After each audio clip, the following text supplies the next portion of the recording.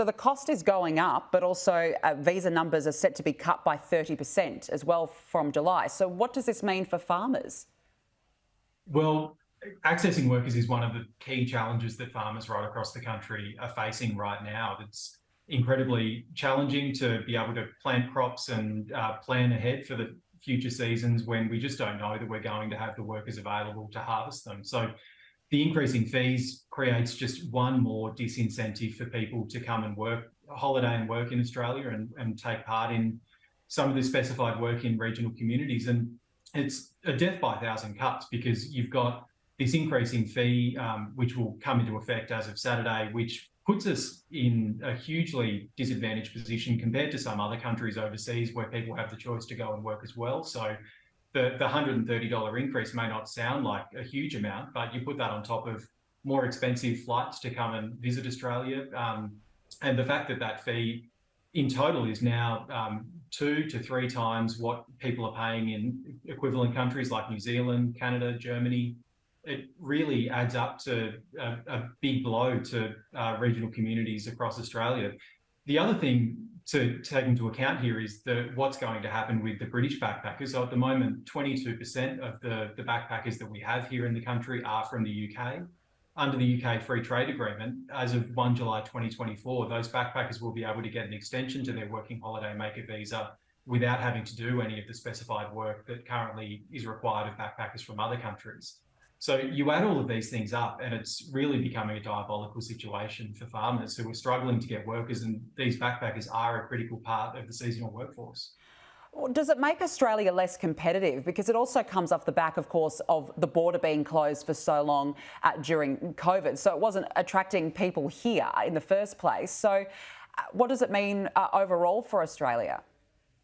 Well, and that's what's so disappointing about this is that we have just seen backpacker numbers start to get back to where they were pre-COVID. And that's been a really challenging period for farmers and for regional communities more broadly.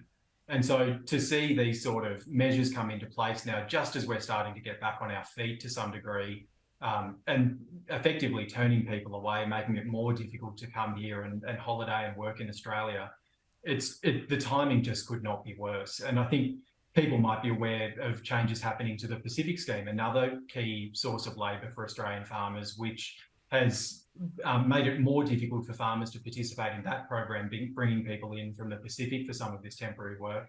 So it really is a death by a thousand cuts to the agricultural workforce, and it's a problem that's been in play here in Australia for many years. It was a problem pre-COVID. It was worsened through the pandemic, and now we're seeing a real lack of a clear plan to bring people in and make Australia an attractive place to come and spend time and work in regional communities.